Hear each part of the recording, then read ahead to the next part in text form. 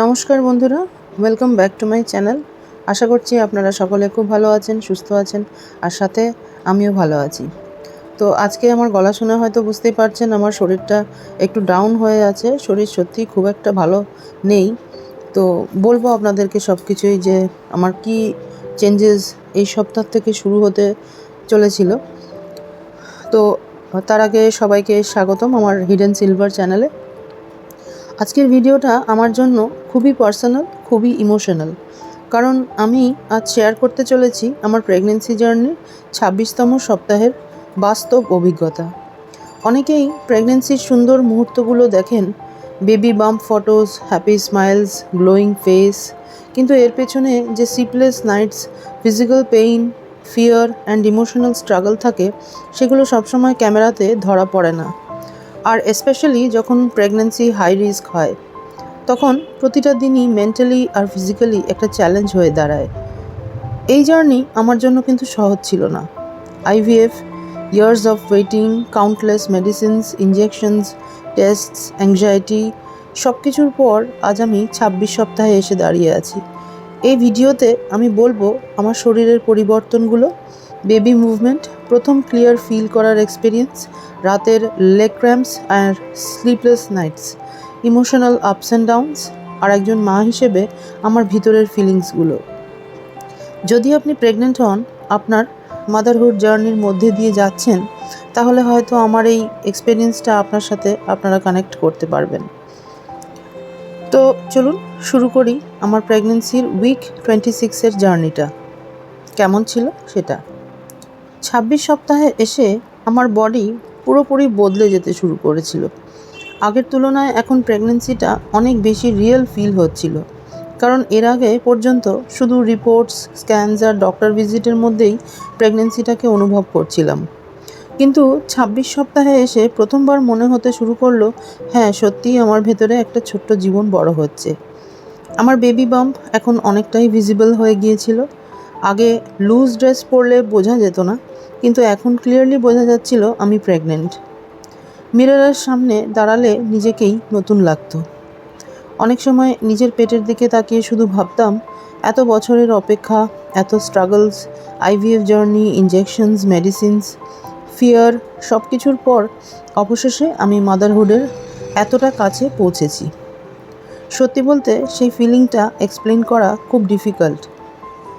এই সময় বেবির মুভমেন্ট অনেক বেশি ফিল করতে শুরু করেছিলাম। আগে মাঝে মাঝে ডাউট হতো, এটা কি সত্যি বেবি নড়ছে নাকি শুধু গ্যাসের মুভমেন্ট হচ্ছে। কিন্তু 26 সপ্তাহে এসে সেই কনফিউশনটা আর ছিল না।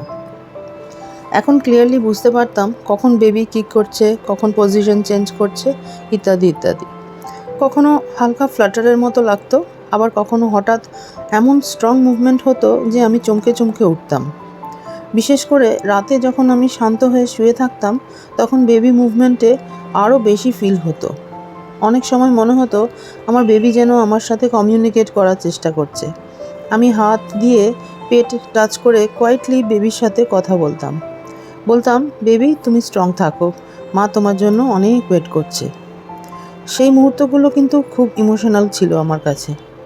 কিন্তু প্রেগনেন্সির এই সুন্দর ফিলিংসের সাথে কিছু আনকমফোর্টেবল চেঞ্জেসও ছিল। রাতে ঠিক মতন ঘুম হতো না। আগে আমি ইজিলি স্লিপ করতে পারতাম, কিন্তু এখন বারবার ঘুমটা ভেঙে যেতে শুরু করেছে। কখনো বাথরুম যাওয়ার জন্য, কখনো শরীর আনকমফোর্টেবল লাগার জন্য। সবচেয়ে প্রবলেম হচ্ছিল স্লিপিং পজিশন নিয়ে। চিত হয়ে শুলে প্রেশার ফিল হতো, একদিকে বেশি সময় শুলে বডি নাম্ব হয়ে যেত, তার উপরে বেলি এত হেভি লাগতো যে বারবার পজিশন চেঞ্জ করতে হতো। অনেক সময় রাতের পর রাত প্রপারলি ঘুম ভালো করে হতে পারেনি। আর যখন ঘুম কম হয়, তখন পুরো নেক্সট ডে বডি আরও টায়ার্ড লাগে। এই সময় লেগ ক্র্যাম্প আমার জন্য খুব পেইনফুল হয়ে গিয়েছিল। বিশেষ করে কাফ মাসল হঠাৎ শক্ত হয়ে যেত। রাতের ঘুমের মধ্যে হঠাৎ ক্র্যাম্প শুরু হতো, আর পেইন এত সাডেন হতো যে আমি চমকে উঠে বসতাম। অনেক সময় মনে হতো মাসল যেন কমপ্লিটলি পুল হয়ে গেছে। আমি বসে থাকতে পারতাম না, আমাকে উঠে দাঁড়িয়ে পড়তে হতো। আমি পা ম্যাসাজ করতাম, পা উপরে তুলে রাখতাম, তবুও অনেক সময় ক্র্যাম্প ইজিলি কমতো না। ভয়ঙ্কর এই ক্র্যাম্পের অভিজ্ঞতাটা আমার কাছে। ডক্টরস বলেছিলেন প্রেগনেন্সিতে ক্যালসিয়াম, ম্যাগনেসিয়াম সার্কুলেশন চেঞ্জেসের জন্য এটা নাকি খুবই কমন। কিন্তু অনেস্টলি যখন পেইন হয় তখন কমন শব্দটা কিন্তু এতটা কমফোর্টিং লাগে না, কারণ সেই মুহূর্তে পেইনটাই রিয়েল মনে হতো। আরেকটা বড় ইস্যু ছিল ফ্রিকোয়েন্ট ইউরিনেশন। বারবার বাথরুম যেতে হচ্ছিল। অনেক সময় জাস্ট বাথরুম থেকে আসার কয়েক মিনিট পরেই আবার আর্জ ফিল হতো। বিশেষ করে রাতে এটা না খুব ইরিটেটিং লাগতো, কারণ ঘুম বারবার যদি ভেঙে যায় খুবই অসুবিধা হয়। এর সাথে সাথে উইকনেসও খুব বেড়ে গিয়েছিল। হাঁটলেই টায়ার্ড লাগতো, একটু কাজ করলেই ব্রেথলেস ফিল হতো, কখনো মনে হতো শরীরে এনার্জিই নেই যেন। আমি বুঝতে পারছিলাম আমার বডি এখন কমপ্লিটলি ডিফারেন্ট ফেজ দিয়ে এর মধ্যে দিয়ে একটা যাচ্ছে, কারণ এখন শুধু আমার শরীর না, আমার বডি আর একটা ছোট্ট লাইফকে সাপোর্ট করছে। ইমোশনালি আমি খুব সেন্সিটিভ হয়ে পড়েছিলাম। ছোট ছোট কথায় কান্না পেত, কখনো কোনো ইমোশনাল ভিডিও দেখলে কান্না শুরু হয়ে যেত, কখনো ফিউচার নিয়ে খুব ভয় হতো। ভাবতাম সব কিছু ঠিকঠাক হবে তো, বেবি হেলদি থাকবে তো, আমি একজন ভালো মা হতে পারবো তো। প্রেগন্যান্সি হরমোনস সত্যিই মাইন্ডকে অনেক এফেক্ট করে। অনেক সময় রিজন ছাড়াই মুড চেঞ্জ হয়ে যায়। এক মুহূর্তে হ্যাপি লাগতো, আবার নেক্সট মোমেন্ট অ্যাংজাইটি ফিল হতো। আর এই হাই রিস্ক আইভিএফ প্রেগন্যান্সি হওয়ার কারণে আমার ভয় আরও বেশি কাজ করতো, কারণ এই বেবির জন্য আমি অনেক স্ট্রাগলসের মধ্যে দিয়ে এসেছি।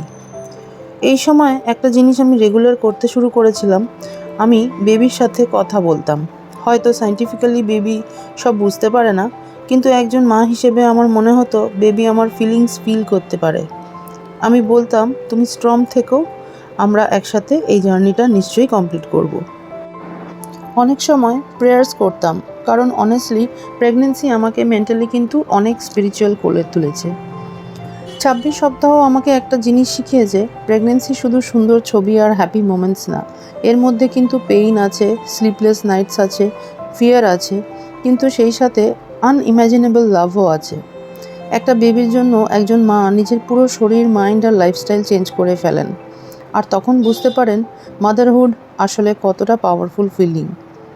আজকের ভিডিওতে আমি আমার প্রেগনেন্সির উইকস 26-এর রিয়েল এক্সপিরিয়েন্স আপনাদের সাথে শেয়ার করলাম। আপনারাও যদি প্রেগনেন্সির জার্নির মধ্যে থাকেন তাহলে নিজের শরীরের কথা শুনুন, রেস্ট নিন, হাইড্রেটেড থাকুন আর মেন্টালি পজিটিভ থাকার চেষ্টা করুন। ভিডিওটা যদি রিলেটেবল লাগে তাহলে অবশ্যই লাইক করবেন, শেয়ার করবেন আর আমার এই হিডেন সিলভার চ্যানেলটাকে সাবস্ক্রাইব করে পাশে থাকবেন। কমেন্টে জানাবেন আপনার প্রেগনেন্সির কোন সিমটম সবচেয়ে ডিফিকাল্ট লেগেছে। আবার দেখা হবে নেক্সট ভিডিওতে। সবাই খুব ভালো থাকবেন, সুস্থ থাকবেন। নমস্কার।